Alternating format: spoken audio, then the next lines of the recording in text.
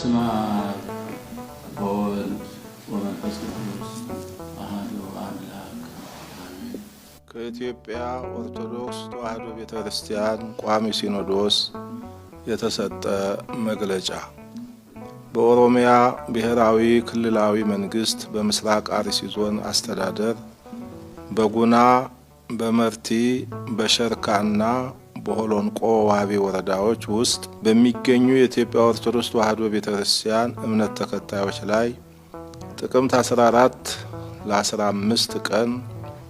2018 ዓመተ ምህረት በጉናና መርቲ ወረዳዎች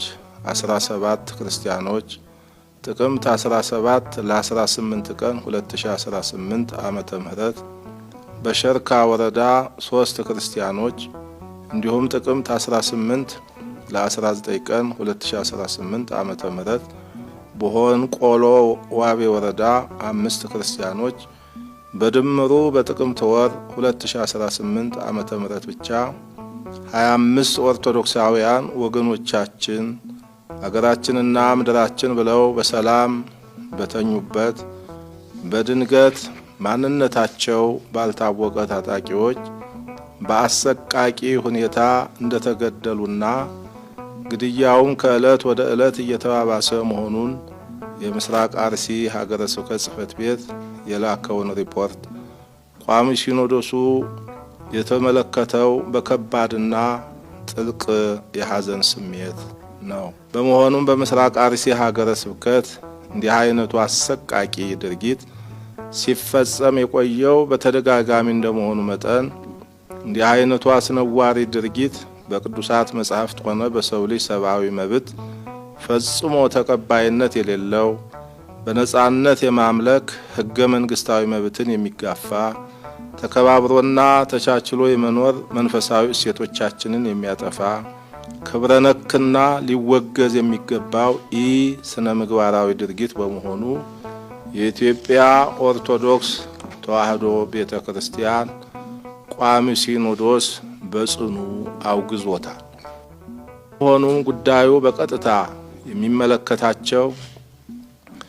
መንግስታዊ አካላቱም ይሁን ሰብአዊ የሆነ ተግባር በጽኑ በማውገዝና በሕገ መንግስቱ የተረጋገጠውን በሕይወት የመኖርና የእምነት ነጻነት መብትን እንዲያስከብሩልንና ይህን አስነዋሪ ድርጊት የፈጸሙትን ሕገወጥ ግለሰቦች ለሕግ በማቅረብ የሕግ የበላይነትን ከማረጋገጥ በተጨማሪም በቀጣይ እንዲህ አይነቱ ሕገወጥ ተግባር እንዳይደገም አስፈላጊውን የሕግ ከለላ በመስጠት ኃላፊነታቸውን እንዲወጡ ቋሚ ሲኖዶስ መንፈሳዊ ጥሪውን ያስተላልፋል። በመጨረሻም በደረሰው ጉዳት የተሰማንን ከፍተኛ ሐዘን በድጋሚ እየገለጽ ለሟች ቤተሰቦችና ለመላው ኢትዮጵያውያን መጽናናትን በመመኘት በግፍ ሕይወታቸውን ላጡት ወገኖቻችንም እግዚአብሔር አምላክ ዕረፍተ ነፍስን እንዲያድልልን ቅድስት ቤተክርስቲያን ትጸልያለች። የኢትዮጵያ ኦርቶዶክስ ተዋሕዶ ቤተክርስቲያን ቋሚ ሲኖዶስ ጥቅምት 20 ቀን 2018 ዓመተ ምህረት አዲስ አበባ ኢትዮጵያ